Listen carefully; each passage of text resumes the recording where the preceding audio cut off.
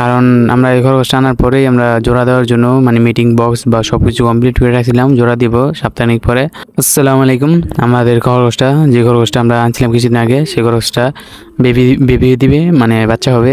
কারণ আমরা এই খরগোশটা আনার পরেই আমরা জোড়া দেওয়ার জন্য মানে মিটিং বক্স বা সব কিছু কমপ্লিট করে রাখছিলাম, জোড়া দিব সপ্তাহখানেক পরে।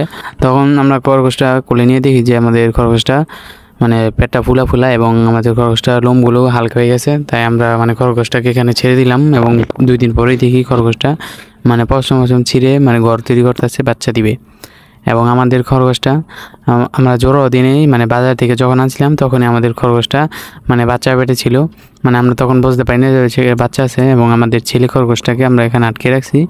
যে পর্যন্ত বাচ্চা না দিতে আসে বা বড় না হইতে সে পর্যন্ত আমরা এটাকে জোড়া দিব না। এবং আমরা আমাদের খরগোশের মানে আগের খরগোশটা অনেক খাই ফেলছিল, বাচ্চা সহকারে এবারকে আমরা ফুল সেফটি ভাবে রাখছি। এবং আমার খরগোশটা এখন ভিতরে যেতেছে গা, কারণ এখন মানে আসমান পুরোই আন্ধার হয়ে গেছে গা, বা বৃষ্টি নামবে এবং আকাশটা অনেক ভার হয়ে গেছে এবং কিছুক্ষণ পরেই বৃষ্টি নেমে যাবে, মানে বোঝা যাইতেছে। এবং আমাদের মানে এই খরগোশটা অনেকটাই কিউট এবং অনেকটা ভদ্র, মানে সময় হলে ভিতরে ঢুকে গেছে, সন্ধ্যা হলে ভিতরে ঢুকে গেছে, আমরা ছেড়ে পাতাছি এটা কারণে বর্তমানে। আর এই খরগোশের বাচ্চাটি হলে আসলে আপনাদের দেখানোর চেষ্টা করব, আপনারা সবাই দোয়া করবেন।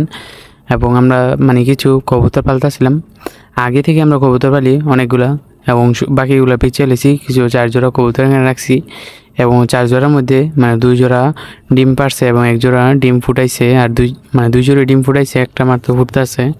আর এখানে মাত্র আমাদের জিরাগলা কবুতরের বাচ্চাটা দিচ্ছে, মানে চুট্টাল জিরাগলা বাচ্চাটা দিচ্ছে। এটা মানে এই বাচ্চাটা হয়েছে আমাদের আমি গত 4 দিন ধরে হয়েছে, মাশাআল্লাহ অনেক বড় হয়ে গেছে গা। এবং আল্লাহ হাফেজ, সবাই দোয়া করবেন।